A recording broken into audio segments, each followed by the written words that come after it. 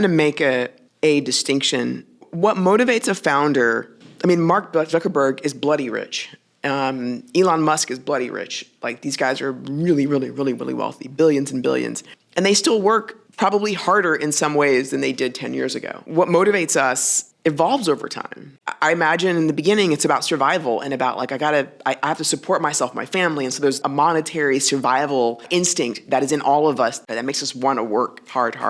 And then it becomes ego. It's a scoreboard, and the more exits I have, the more money I make, the more bop, bop, bop. So it's about the ego. And then from there, for me, it went from ego to purpose. I was no longer in survival. I was in ego and moving out of ego into purpose. Purpose, I believe, is sustainable. Purpose, I can find in you. So my purpose, me personally, is that I want to see women and people of color, gay people, older people have economic sovereignty. And economic sovereignty is something that was a luxury that only existed for one class of American: white men who owned land and who came from something, who had last names, who had legacy. No one else had that. You couldn't be in purpose because you were stuck in survival, right? You never got to ego because you were just trying to make ends meet and trying to survive and feed your family.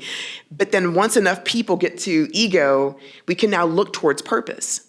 And so in my mind, economic sovereignty allows people to think less about what they are trying to manifest to keep their families alive, but what they want to instill in future generations. I think everyone needs to have some level of reflection, because the blueprint that is survival focused will keep you in struggle. It will ensure that you never have enough and you never get enough. If you are in ego, you're going to be comparing yourself to 50 other people, and you will always be in ego and stuck. Purpose is the building block, is that next place that requires some spiritual review and introspection to say, why do I care about this? Why am I doing this?